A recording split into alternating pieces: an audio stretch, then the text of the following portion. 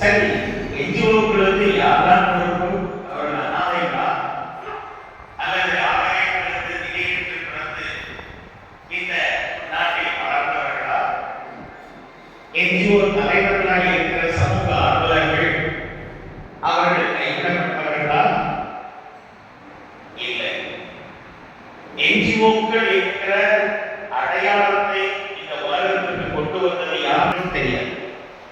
அந்த என்ஜிஓ என்ற வார்த்தையை பிரசன்ட் பண்ணது ஐக்கிய நாடுகள் பொது சபை 1945 ஆண்டு ஜூலை 1ஆம் தேதி உலக நாடுகள் ஐக்கிய நாடுகள் பொது சபையில் அங்கத்தினராக இருக்கிற அனைத்து நாடுகளும் தங்களுடைய நாடுகளில் அரசு சாரா அமைப்புகளை உருவாக்குவதற்கு அதன் அடிப்படையிலே என்ஜிஓக்கள் எல்லா நாடுகளிலும் அறிமுகப்படுத்தப்பட்டது.